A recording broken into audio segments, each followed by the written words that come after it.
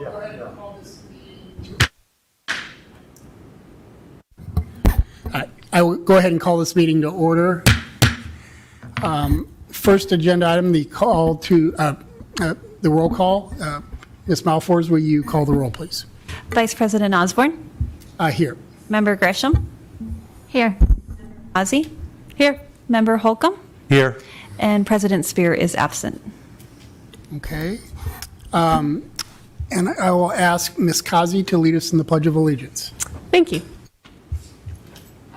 Allegiance to the flag of the United States of America and to the republic for which it stands, one nation, under God, indivisible, with liberty and justice for all.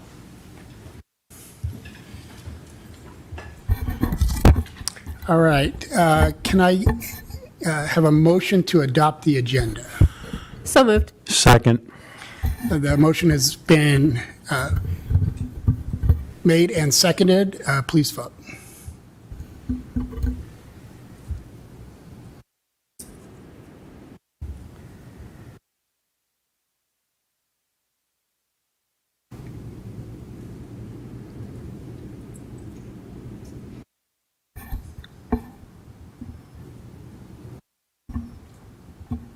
The motion has been approved. Now on to item 2.1. Dr. Baca, the superintendent's report. Thank you, Mr. Vice President, members of the Governing Board and Executive Team. First, I'd like to welcome Ms. Maggie Rodriguez, our principal for Madison Park Middle School. As you know, each year we ask a school principal to serve on the executive team, and Ms. Rodriguez graciously accepted her role here, not just at board meetings, but also meeting with the executive team to be a representative for our schools. So welcome to you, Ms. Rodriguez. I'm happy to report that once again, the Madison Elementary School District has received the Association of School Business Officials International Certificate of Excellence in Financial Reporting for our 2020 Comprehensive Annual Financial Report. Madison has received this award now close to 30 years in a row. ASBO International recognizes that our participation with a high-quality financial reporting program is a testament to our commitment to our taxpayers and to the public. In receiving such recognition, it also helps to continue our AAA bond rating, which helps out our taxpayers. And if you recall, we are only one of 5 school districts in the state and one of only 85 in the nation that received this upgrade. So I'd like to thank Ms. Garvey and her team for all that they do to earn us this award and do a fantastic job with our financial reporting. Just a reminder that August 10th is our first day of school. We are preparing and our staff is working hard to prepare to welcome our kids back into school and to make it a positive experience. Today we started our check-in days, and that is to make sure that families have the opportunity to register but also update their information. Today was for new students to Madison, for our kindergartners as well as 5th graders transitioning over to our middle schools. Our returning students will check in tomorrow and the next day on Thursday. So with that, we have good news to report. This morning we had 97 new students to the district, but as of an hour ago, that grew to 187. So that probably is the result of our check-ins and the new students that are coming that haven't enrolled yet. That number will fluctuate a little bit, as we know some families do leave, but where we stand right now, we have an increase in enrollment of 187. It's a good problem to have, but we still have a problem. And that is we have 144 students on our wait list for our Madison Adventure Club. We're working to try to get more staff and reconfigure how we have staff handle their tasks so we can accommodate many of those on the wait list. The real impressive figure is we have 218 students on our wait list for our preschool programs. So we are also looking for additional space that we may be able to accommodate at least one more preschool class. But again, that's a large wait list for the number of families that wish to have their kids enrolled in preschool. For our Madison Virtual Academy, as of this afternoon, we have 62 3rd through 8th grade students who have signed up. We anticipate that number to grow as our parents are becoming a little bit concerned with the new COVID cases and the like. We know some of our kindergarten, first, and second grade families are also concerned about in-person learning due to the increase in cases and our mitigation efforts needing to be altered as a result of House Bill 2898.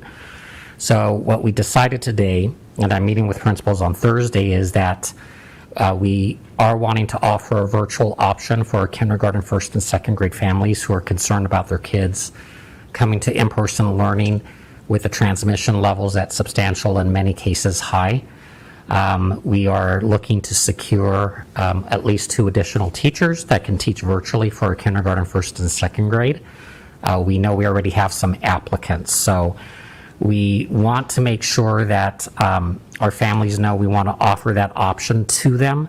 We are using the ESSER funds to be able to hire this, and I'm meeting with principals on Thursday along with Ms. Marshall and her team so that we are able to figure that out and then send information before the first day of school for those kindergarten, first, and second grade families that want that as an option. Finally, with our teaching staff, we are fully staffed pending the acceptance of a teacher for our Spanish Immersion Social Studies vacancy at number 1. So we were able to fill all of our 4 math vacancies in our middle schools that we had. We do have to fill some of our support staff, psychologist, counselor, social worker, but at this point in time with our teaching staff, pending that one acceptance, we will be fully staffed. And so we appreciate Dr. Lomeli and her team in their efforts to recruit and retain highly qualified staff members. And that concludes my report. Thank you. We'll go on to board member reports. We'll start with Mr. Holcomb. Thank you. I'm just glad to be looking to starting the school year again. I'm going to miss the big welcome back celebration, but I understand why, and it's more important that we have be safe and take into account the safety of our students and our staff and our teachers. And I'm sure, hopefully by the spring, we can have a blowout by then. I listened very carefully. It was very good to hear the news about the enrollment, about the teachers being filled. I would like to believe, and I think it's absolutely true, that reflects the level of effort that we put into and the consistency we had throughout this whole pandemic, and what we do continue to do in the leadership of our administration, the quality of our education. So that's very heartening. I don't think many school districts can lay claim to those types of, that type of enrollment and having teachers filled at this point in time. So that's good. And I am looking forward, hopefully, to being able to start back into the Madison as they start opening their season here shortly. So, I think we have a lot to look forward to starting this year, and I'm very excited about it. And other than that, I don't have anything to say. Thank you, Mr. Holcomb. Ms. Gresham? Thank you. I have nothing to report, but I want to congratulate Ms. Garvey and everyone on financial reporting for their award.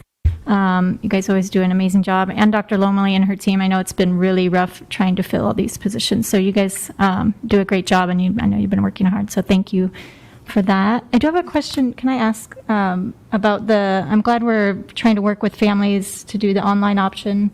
Is it going to look like MVA for the kindergarten, first and second, do you know? Or? Ms. Grisham, Mr. President, members of the governing board and executive team, because it's not an agendized item, I'm going to hold off on being able to discuss that. Got it. But we will have information that goes out as soon as we plan for it. Okay, thank you. That's all I have. Ms. Cosby? Thank you, Mr. Chair. I just want to say thank you to Dr. Baca and everyone at the district for your incredible willingness to consistently pivot and react as things evolve. I know that we had not intended for MVA to serve kindergarten through second graders, but for seeing the lay of the land right now as it stands and understanding that there is a need to deliver a product online for some families, I'm sure what you're putting together will make a difference in allowing kids to learn at the beginning of the school year and not be afraid. I wanted to say thank you to Dr. Lomley. I know a lot of school districts are buckling under the pressure of trying to fill staff positions. I see it every day, the number of music teachers that they're trying to recruit right now. So you and your team has done a heroic job. I don't think we all truly appreciate all the work you do on that front. I also want to recognize Ms. Garvey and her team. We consistently hear accolades of the work that you and your team do, and it's always nice to get that approval, stamp of approval from an outside organization to once again remind us of the great work that we're doing. And then obviously also to Ms. Marshall for your team in readying all of our instructional staff and getting ready for the upcoming school year. I think that's all I have, other than it's just been such a joy to be able to, when we had the Pledge of Allegiance earlier today, just to be reminded, of the great work that we're doing, and the Olympics have certainly played a role in that reminder. And then finally, I read a recent article about concerns about missing kindergartners in many school districts across the country because of the pandemic. And for us to have a waiting list for preschoolers is kind of extraordinary. It's a good problem to have, and I know that you will find a way to solve that problem. But I'm heartened to see that parents are choosing Madison early on because they see the value of the programs that we offer, even for our youngest kids. So thank you. Thank you, Ms. Kazi. For my report, I think a good school district is based on good people and proper resources. And I think the awards that we got demonstrate that from a management team perspective, you're giving us good people and sound resources, and that does not go unappreciated. Looking forward to welcoming kids back to school. And with that, that's all I have. So we'll move on, and apologize, I'm a little rusty in running meetings, but item 4.1, call to the public. Ms. Malford, do we have a call to the public? No, we do not. All right. And I will accept a motion for the consent items. So moved. Second? Motion has been moved and seconded. Please vote. Ms. Gresham. And please vote.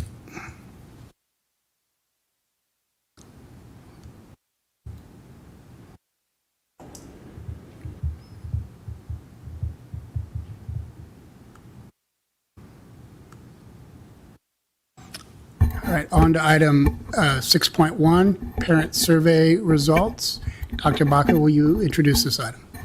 Thank you, Dr. Osborne, members of the governing board and executive team. I'd like to go ahead and just preface that before I turn it over to Ms. Marshall, who can go into a little bit more detail in terms of how we pride ourselves in being able to receive parent and family feedback. It was a little bit more challenging when the pandemic hit and when we weren't in session during a brief period of time until we returned, and it was important for us to gather information when we initially returned. So I won't take too much of what probably Ms. Marshall's going to say, except to say thank you to her and her team for being able to gather the input information and be able to present an analyzation of the information for you. So Ms. Marshall? Thank you, Dr. Osborne, governing board members, and members of executive team.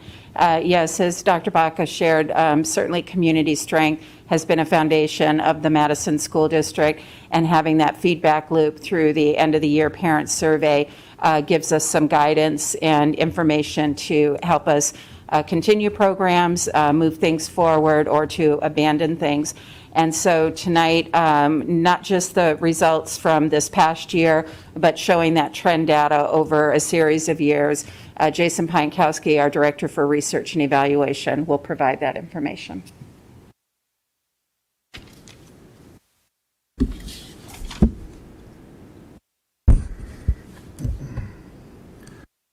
Good afternoon, or good evening, members of the board and executive team. Thanks for the opportunity to present the parent survey summary for 2020 and 21. If we move along to Mr. Pienkowski, I know you're tall, but you're going to have to either lean down or help with the microphone come closer to your mouth, I please. don't know if it's on, actually. It is? Isn't it usually red? How about that? Can you hear me now? A lot better. A lot better? Okay. All right, so thank you for the opportunity to present tonight. I'll go over on slide 2 a review of some of our different trends related to submission rates, as well as different factors that we look at to understand the types of populations that are responding to our surveys. If we look at the rows on the left side of the screen, we'll see English version responses. That's the number of English version responses that are interacted with after we distribute those surveys out to our communities. And then if we look at English version filter, we see meaningful responses where we gather information back from those participants who do engage in the survey. We also like to track how many Spanish version responses we receive, to understand how we're interacting with different members of our communities with different language needs. And then we also see the open close times of those surveys to understand at what point in the time of the year those surveys went out. If we look at the columns of this data table, we'll see 4 consecutive years, 15-16 through 18-19, where we track those results. We'll see in 19-20, where we choose to use another tool to collect information from our community based on the current concerns and decisions that were being made at that time. And that survey was mostly focused on open-ended responses. We move to 2020-21, beginning of the year. We see a high participation rate, and then carrying over from trying to collect that information that we collected in other ways from 1920. And then we move to 2020-21, end of year. So those 2 years, similar survey, same year, went out, and we collected that 2020-21 end of year data during a lot of different priorities that were happening at the school years, or at the schools in the communities. For example, end of year testing, state assessments during that fourth quarter period. Schools review this information during their school improvement planning process to help inform their decisions on a school level. We also review that information at a district level. If we move along to slide 3. Slide 3, this is the first of several questions that we review that are consistently utilized throughout our surveys. We look at this question, I feel my child is safe at school. And we see a trend, especially in the top box, where we see some concern, a different point of view. What we noticed when we looked at how participants answered this question is that there was an expanded meaning of feeling safe at school that probably had not resonated in our first 4 years of those surveys, where there is a more complex understanding of feeling safe at school. Typically, that concept focused around bullying, whether it be online or in person, but it expanded to social emotional situations, mental health, as well as other physical concerns that seem to progress over time. If we go to slide 4, we look at recommendation, another question that we carry over from previous assessments and weave throughout our school year. We see strongly agree moving up into the 50% range, which we like to see at least a minimum in that, with strongly agree that they would recommend a child's school to another one. And if we look at the top 2 boxes going across, we see strongly agree and agree at the 85% trend, and we do see a consistent trend with disagree and strongly disagree over those 6-year period, or those 6 delivery systems. We move along to slide 5. Overall, I'm satisfied with my child's academic progress. We saw also a trend with some of our top box related indicators. And one thing we did notice with some of those strongly agrees when we broke it down by certain other questions on the assessments, as well as open-ended, some of those concerns were conditional about what was going to happen in the future, and then also concerns about addressing things going forward. So there was an agree about being satisfied about the current condition things were, but then also being interested in how things are going to move forward when we analyze these responses against other indicators in that assessment. Moving along to slide 6, I would give my child's district the following grade. We look at some relatively consistent trends over time, and still again having that gap in 1920 as we did with all the other survey questions due to those answers. And what we did with this item to help give us a little bit more context from a district level is on slide 7, we took the respondents who answered as an A, B, C, or D, and we tried to look at their open comments, look at general trends. And we found that participants who rated us as an A had a tendency to give us different commonalities in their open comments, where in general, A comments were general positive comments that said, "I appreciate the work you're doing," something along those lines. But then some also had some trends related to inconsistent student feedback. Although they rated the schools an A, they were concerned about some of the ways that students were receiving feedback and gave us some positive feedback on that, or some useful feedback on that.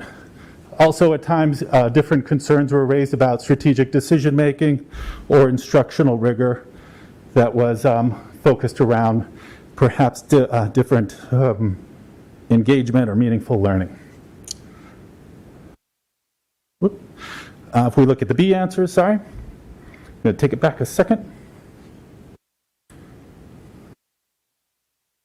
There we go. If we looked at participants that rated us as a B, we also saw a trend about open comments related to strategic decision-making. Also some comments that focused around some different instructional feedback concerns that they wanted to inform the schools about. Also comments about instructional rigor. And then also something that popped up with the B rating was empathy about student work-life balance, some concerns that were able to be passed along to the schools for future conversations. Participants that rated us as a C also talked about instructional rigor, strategic decision-making, and then also communication that was occurring, and some feedback was provided to the schools about the different ways that things were communicated to schools. DNF respondents talked about typically about specific negative interactions that occurred, whether it was with a staff member, a teacher, or an administrator, and then also concerns about strategic decision making. And then that will complete my initial overview of the parent survey. Questions or comments? Questions from the board members? Mr. Holcomb.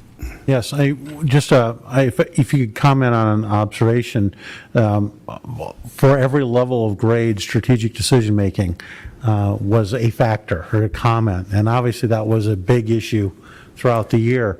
But is it, without looking at what with the specific comments, it would seem like with the higher number of people with A and Bs that graded us, that there was a lot of positive about the strategic decision-making.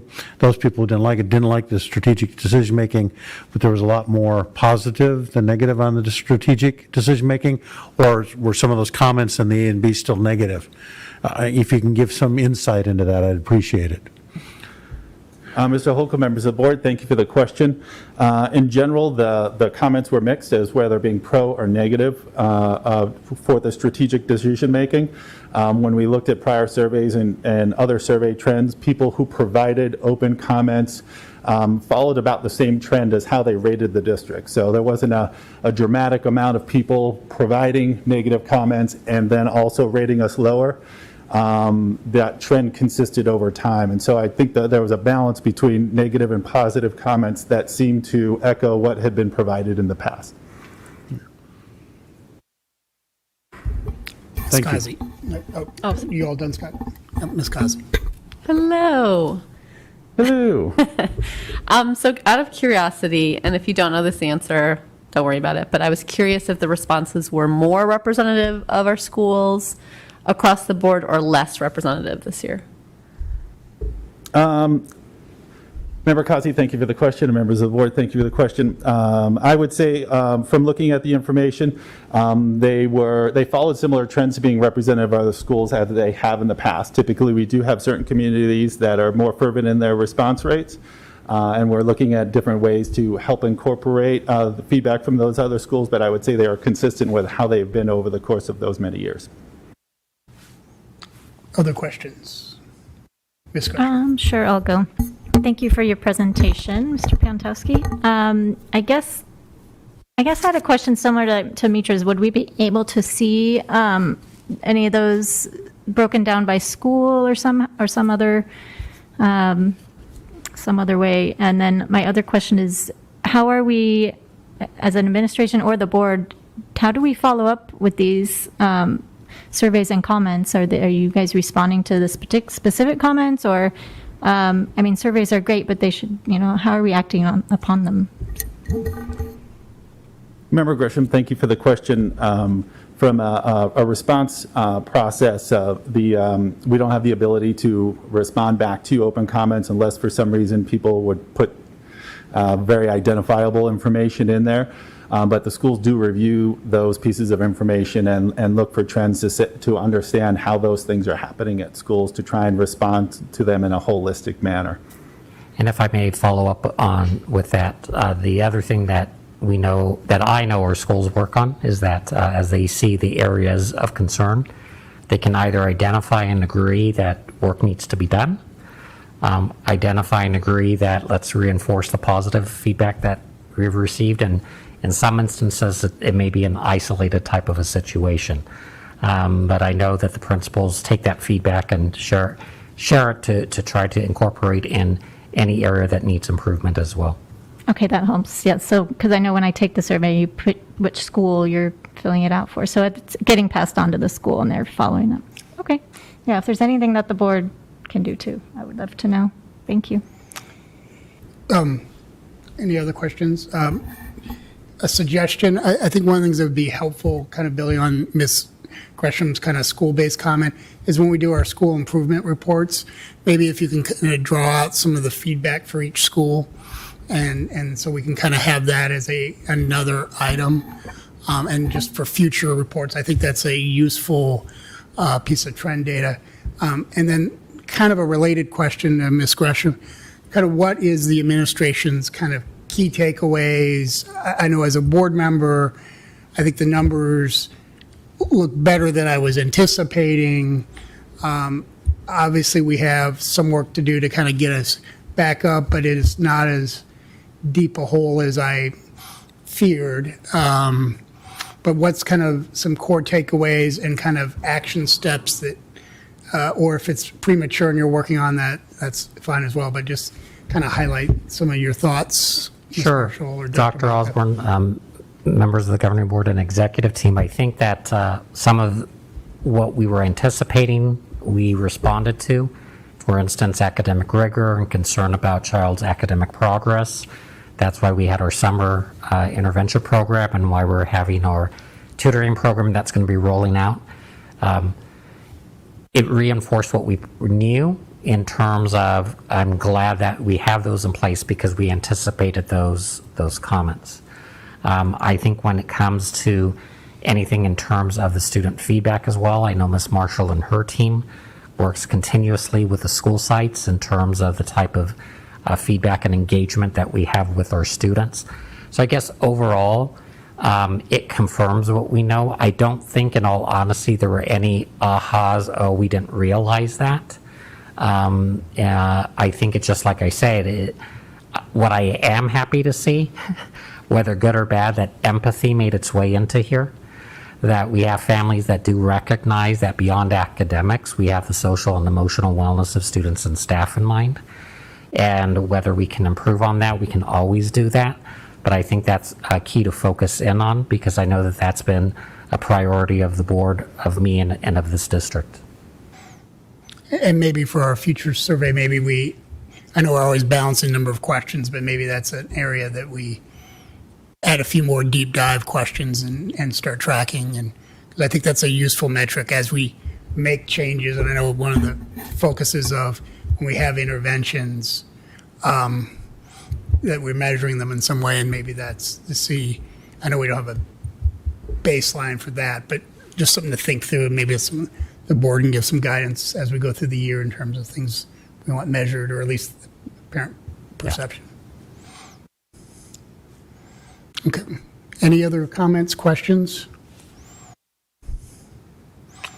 All right, on to item 7.1, and I was going to move to table this motion until at least Ms. Kazi and I are off the board, but 7.1, Dr. Baca, please present. It's not too late to back out. Thank you, Dr. Osborne, members of the governing board and executive team. But it's just been such a joy to serve as your superintendent and still have another year to serve as your superintendent. I think we know that through life and through a pandemic, things have a tendency of changing.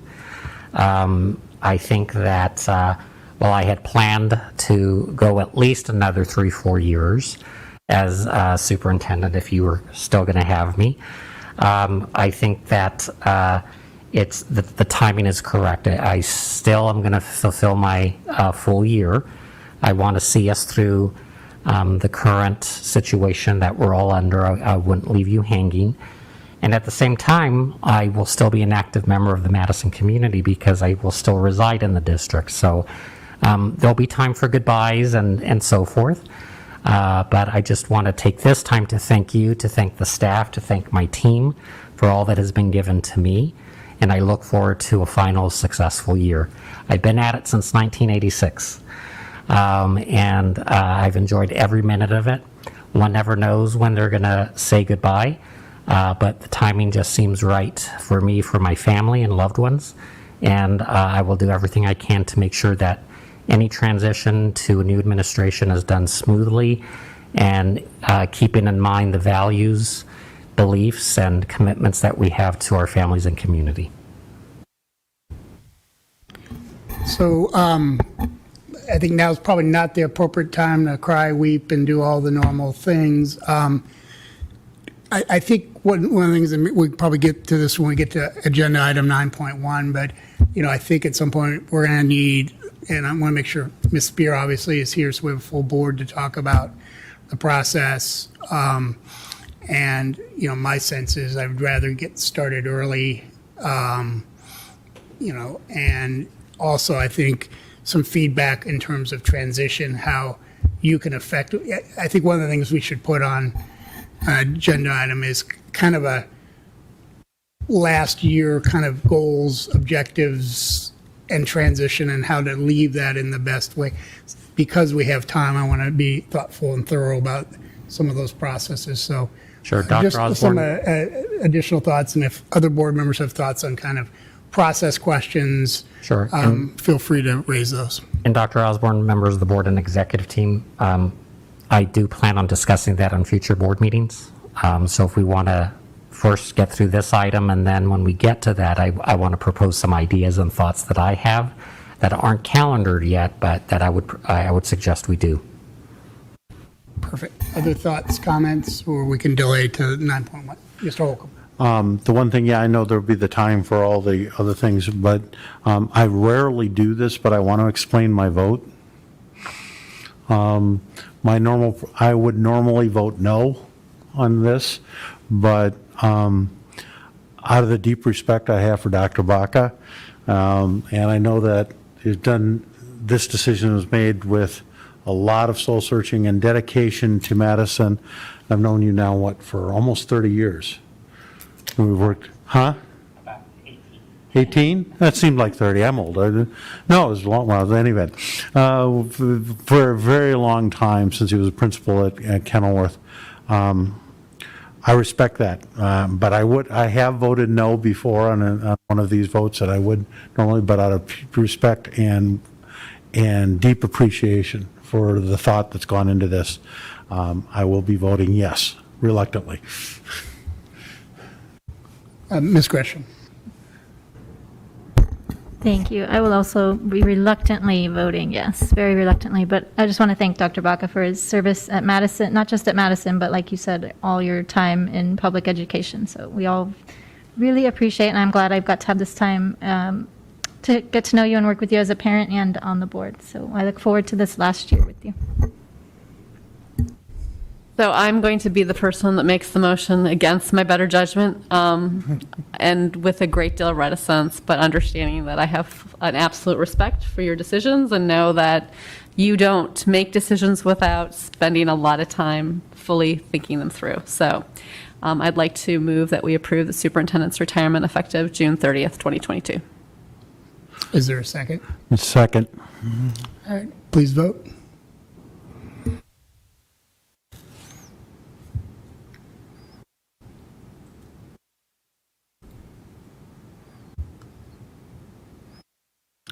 All right, on to item 9.1.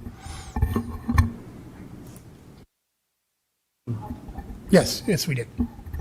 And the motion is approved. Item 9.1, oh, I'm sorry, 8.1, discussion of future meetings. Thank you, Dr. Osborne, members of the governing board and executive team. Before we get into the item of future board meetings regarding the next steps in the process of hiring the next superintendent, I meant to include this in my report that we are going to, as we plan for that virtual option for kindergarten, first and second grade students, there is a process we want to make sure we follow that may require 2 public hearings for that. So there may be the need to have a special meeting for that, but Ms. Garvey and I will be working with legal counsel to make sure that what we need to do or what we don't have to do, so that we're consistent with what is required when we're offering a new virtual option that is separate from the Madison Virtual Academy. So I'll keep you updated on that and what we find out from legal counsel, okay? And if we do need those meetings, I would recommend that maybe we do them virtually just out of expedience. Yeah, and we'll make note of that. For the August 10th, as you see, there's not a lot of information or action items on there, but what we could include on August 10th is the initial discussion that you may wish to have regarding what options you have. I would recommend that we calendarize the steps in the process you would want to follow.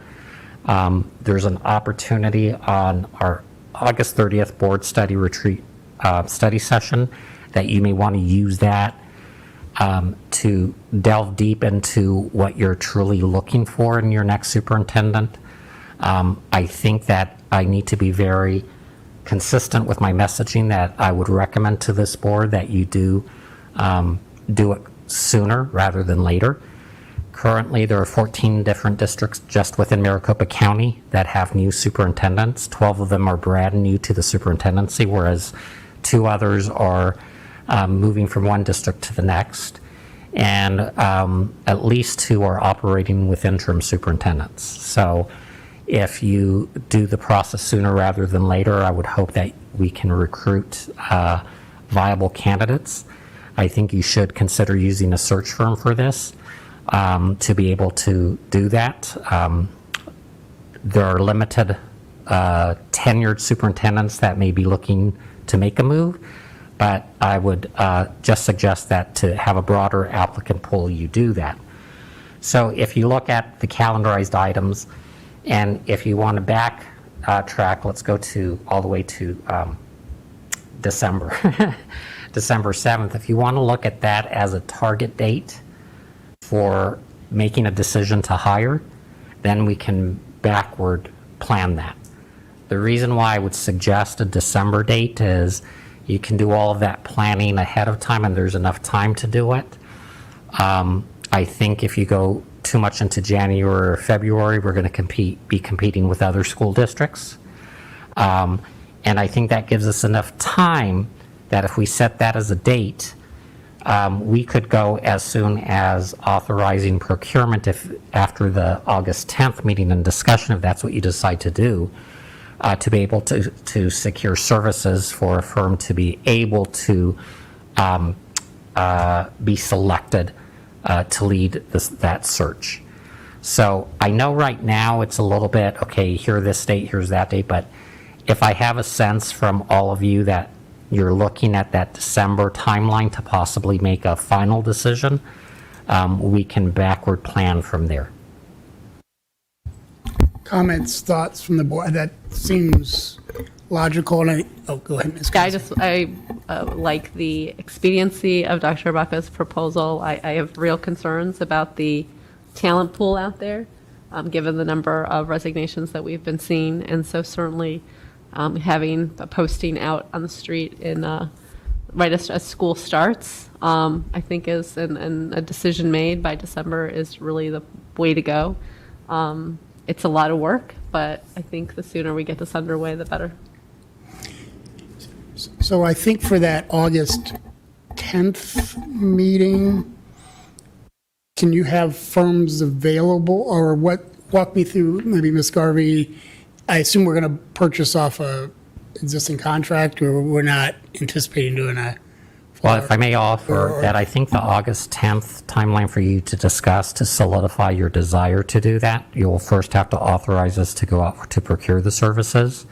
Then it is, okay, how long do we give, and exactly what process needs to be followed. I think it's a pretty simplified process. But I think also August 10th allows you to say, okay, let's calendarize what that timeline would be, because I know you appreciate and you want community feedback, the forums and the like, and the process you want those firms to be able to follow, so that as we go out for procurement services, they can respond accordingly. I think it would be helpful for that August 10th meeting, just to have a sense of what these firms do, what they generally cost. You know, because I think we handled it in-house the last time, so I'm very open to that suggestion. But I think just to expedite things, so if you can help educate us on what that process is. And my interest on that front, if I could speak it just really quickly, is that looking for a firm that has strong experience with a very widespread reach as far as getting the word out. I think that's going to be really critical. So we're looking for that skill set as being, I think, in my mind, one of the most. And what I would suggest is think in your mind what you want for that, so that we can have that discussion on the 10th. And I think the other thing that would be, so I think when we set an agenda item, I think, do we also need an executive session to talk about, because it's HR matter? For the August 10th one, you do not. Okay. I would suggest that you don't, that it's a public discussion. Okay.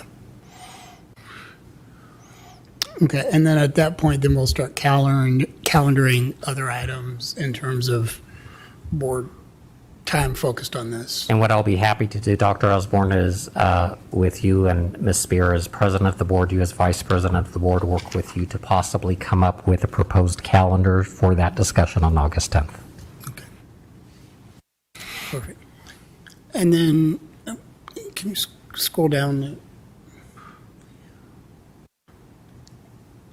Then when are we thinking the time frame for school improvement reports? And Thank you. and what I want to do is kind of balance all of our time and feed those in, so we're not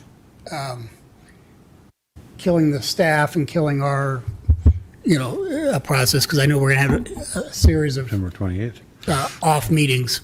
So we're looking at starting those school reports on the 28th and study sessions, and then going into October 12th. As you know, we take our elementary schools in one group, and then our middle schools, along with our K-8 school, in another group. Okay. And just as to recall, we do that before our regular meetings that begin at 6 o'clock. Start a lot earlier for those. One item I would like to have, at least as an information item, is a report about successes, issues with the summer school program, and then kind of how that, and I'm okay if it makes more sense to wait for after the fall map results to do that. I'm very open to suggestions, but, kind of get a sense of, for those struggling kids, what we need to do, and so we can get on that sooner rather than later if we need resources or other things that need to make I adjustments. still have my peripheral vision, so I see Ms. Marshall writing that down. Mr. Holcomb. Yeah, part of this discussion, when you think early, after probably the second meeting in August, before we have the retreat, would it be appropriate, I think there's a lot I think we should really try to focus our, the August 30th board retreat study session, and it may be worthwhile to have a discussion, and since the agendas are not that heavy beforehand, have a sort of open public discussion about what should be on that agenda. And I would like to, I think we should, besides just when we have our individual meetings, have a sort of group discussion of what is important and what we think we should have on that agenda. Maybe an appropriate thing under information items, or potentially even action, however you want to structure it. But I think it's particularly important this year. And maybe as a suggestion, if the administration has some things they want teed up, and then we can give our individual suggestions, and then see where there's commonality. So I think maybe, and kind of maybe set out a timeline for us and just say, give us feedback by this date, you'll give us feedback, and then we'll tee all that up for the discussion. If I may, yeah, I'd like to see from the whole administrative team, what, as you normally do, give us the input to give us some direction, and we can also try to bring from the community things that we think need to be should be discussed at that meeting. And then I guess the other question on the board retreat is strategic plan, and I know we've been knee-deep in COVID, but I know the administration's been working on some action plans associated. Where is that, and does that need to be delayed or positioned? And so I think those are kind of strategic decisions we need to take with a new superintendent, but where are we kind of with some of those nuts and bolts? Okay. Other thoughts, comments?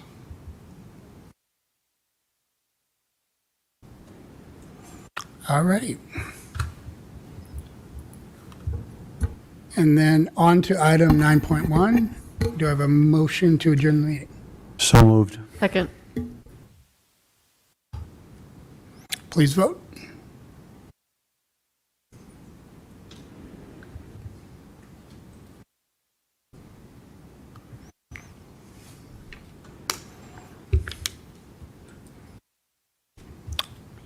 All right, we are adjourned.